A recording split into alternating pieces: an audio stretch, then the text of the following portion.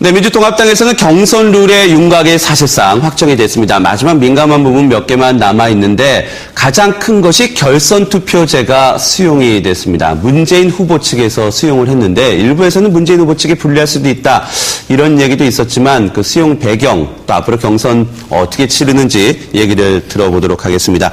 민주당의 윤우덕 의원 문재인 캠프의 비서실장을 맡고 계십니다. 안녕하십니까? 네, 안녕하십니까? 반갑습니다. 결선 투표제를 수용하셨어요. 지금 지지율이 1위인데 나중에 1대1 대결에서는 구도가 바뀔 수도 있는데 그 수용 이유는 뭘까요? 우리 문재인 후보는 네. 유불리를 따지지 않습니다. 결선 투표제를 논의하는 과정이 있었죠. 근데 중요한 것은 완전 국민 경선제, 그러니까 19세 이상의 모든 국민이 참여할 수 있는 그런 제도적 틀을 가지고 가려고 우리 민주당이 계속 논의해왔죠.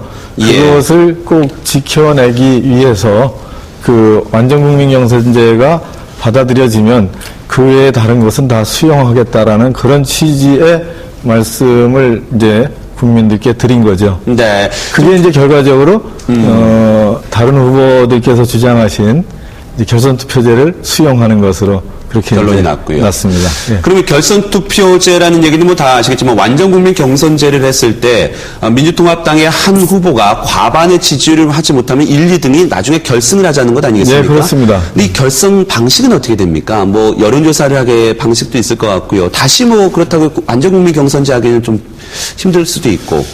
결선 투표제라는 것은 네. 결선 투표에 이르기 직전에 투표를 했던 선거인단이 다시 투표를 해주는 겁니다. 그렇지 않고는 법리적 일관성을 확보할 수가 없죠. 네. 그래서 50%에서 한 표만 모자라도 결선 투표로 가게 되는 거고, 네. 그때 참여했던 선거인단이 다시 결선 투표에 나서주는 겁니다. 예. 그래서 1위자나 2위자가 다시 이제 경선을 하게 되는 그런 제도입니다. 이 제도는 유불리를 떠나서 또 이런 제도를 확정하고 도입하게 되면은 예. 국민 여러분들의 관심이 더 깊어질 것으로 그렇게 생각을 합니다. 일부에서는 야권 또 민주통합당에서 대선 후보가 되기 위해서는 선거를 너무 많이 치른다라는 지적도 있습니다. 뭐 컷오프 한번 치러야 되죠. 그다음에 선거 치러야 되죠. 또 결선해야 되죠. 안철수 교수하고 한 번 더 해야 되죠. 4번을 치러야만 야권에서는 대선 후보가 된다. 이런 얘기도 있거든요. 너무 많지 않습니까, 선거가? 저도 금년에 예. 당내 경선을 치르고 본선에서 이겨서 국회의원이 됐는데 늘 후보는 그런 각오를 해야 됩니다. 이게 국민이 원하고 또 당에서 이렇게 정한 규칙이라면은 따르고 그리고 풀코스를 띄워서 본선 경쟁력을 네. 더 강화하겠다는 그런 각오로 임하고 있습니다. 예. 지켜봐 주십시오. 민주통합당의 당내 경선 구도를 한번 좀 보겠습니다. 민주당에서도 문대 비문이라는 얘기가 나와요. 문재인 후보가 지금 1위에 달리니까 문재인 후보에 반해서 비문이 형성됐고 그래서 서로 간에 이제 견제를 하면서 발언의 수위가 좀 높아지고 있습니다. 네, 예. 가끔 보면은 당내에서 이런 얘기를 좀 섭섭하지 않으세요? 뭐 노무현 어떻게 하면 항상 보좌관이다, 비서관이다, 지도로서 좀 부족하다 이런 얘기가 문재인 후보를 향해서 나오는데 네. 섭섭하기도 하시면서 어떻게 보십니까? 섭섭한 거는 아니죠. 네. 앞서가는 한 분에 대해서 다른 분들이 연합해서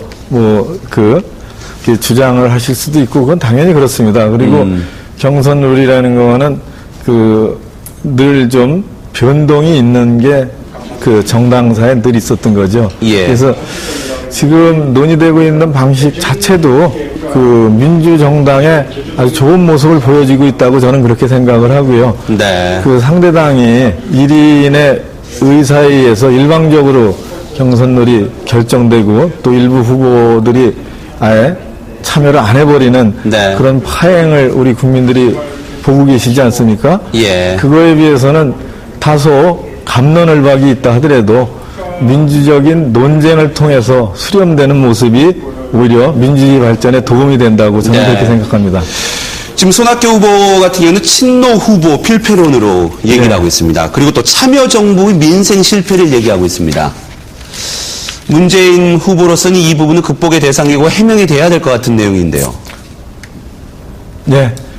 참여정부의 실패를 뼈저리게 반성을 하고 있습니다. 실패한 겁니까, 그럼? 그리고 참여정부 5년 동안에 네. 저도 청와대에 있었고 우리 문재인 후보도 청와대에 있었죠. 노무현 대통령을 모시고 국정을 운영을 하면서 어떤 점이 부족했고 네. 어떤 점이 진짜 실패를 했는지 누구보다도 잘 알고 있습니다. 근데 그렇죠. 실패를 경험한 자만이 그것을 딛고 성공할 수 있다고 저는 생각을 합니다. 예. 이제 물론 참여정부의 성공도 많이 있습니다. 그래서 성공과 실패를 다 안고 열심히 해서 네. 민주정부 3기를 활짝 열도록 그렇게 하겠습니다. 예. 참여정부 실패라고 해서 참여정부를 지지하시는 분들이나 노무현 대통령, 전 대통령 지지하는 분이 지금 막 섭섭해 하실 수도 있었겠어요. 그런데 지금 말씀하신 부분 중에 성공과 실패의 부분에 대해서는 다 받아들이고 성공은 이어받고 실패에 대해서는 극복을 해나가겠다. 예. 제가 정리를 잘 했습니까? 사람이 하는 일에 네. 모든 거가 성공이고 모든 거가 실패일 수는 없죠. 없죠. 예. 공과는 반드시 섞여 있는 거고 그걸 함께 봐야지 어느 한쪽 면만 보는 것은 좀 잘못된 시각이죠. 예. 그래서 그렇게 말씀드린 겁니다. 그러면은 좀 글쎄 연결을 잡을 수 있을지 모르겠지만 질문을 그러면은 조금 유사하게 한번 드려보도록 하겠습니다. 박근혜 전 위원장은 아버지의 박정희 전 대통령 5.16에 대해서 최선의 선택이라고 했습니다.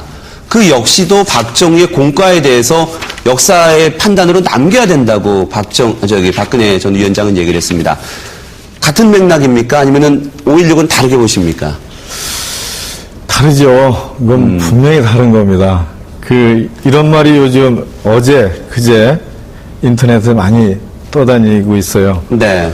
우리 아버지는 독재자였다. 딸로서 침묵한 나도 공범자다.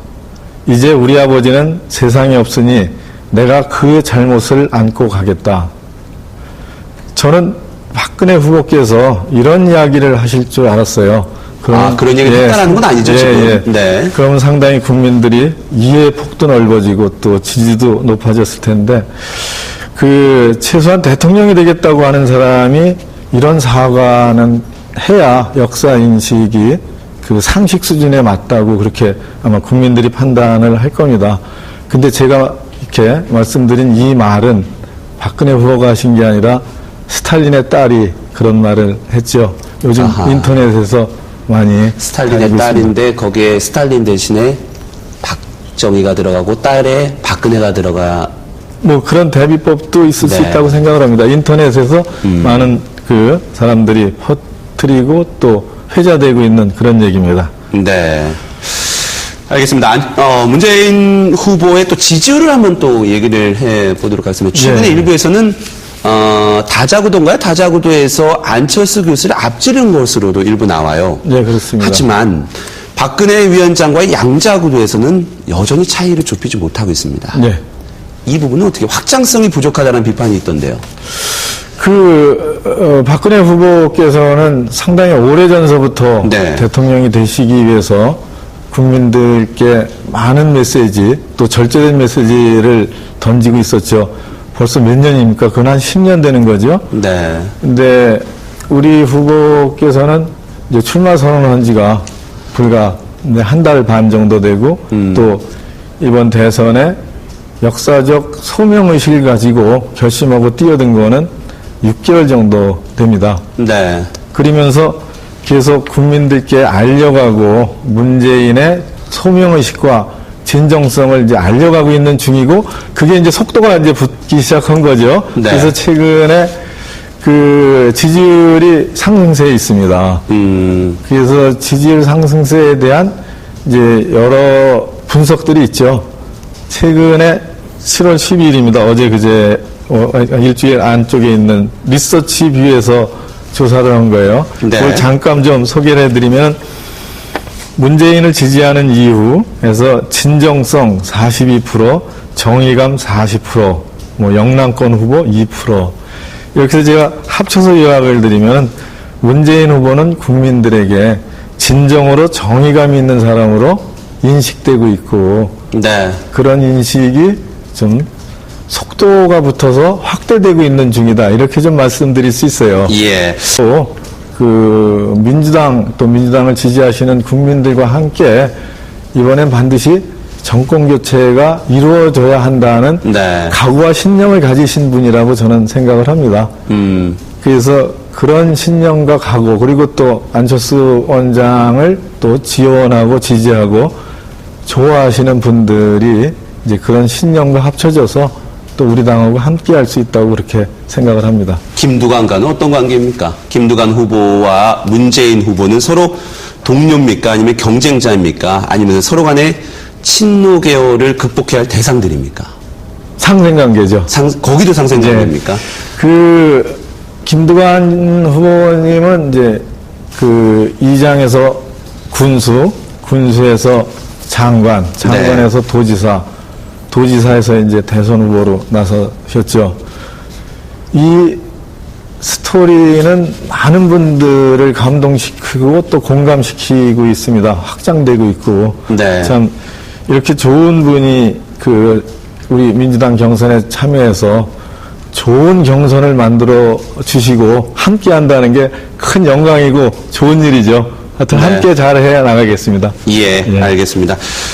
최근에는 사람이 먼저다라는 슬로건으로 지금 대선 캠프가 한창입니다. 민주통합당의 문재인 후보 캠프의 비서실장을 맡고 있는 윤우덕 민주통합당 의원과 얘기 나눠봤습니다. 오늘 말씀 고맙습니다. 여기서 끝냅니까?